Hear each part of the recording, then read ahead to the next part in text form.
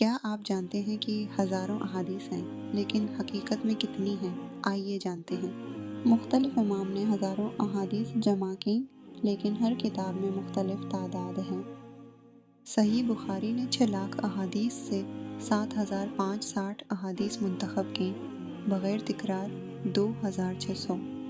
امام مسلم نے 7,500 احادیث جمع کیں بغیر تکرار 4,000۔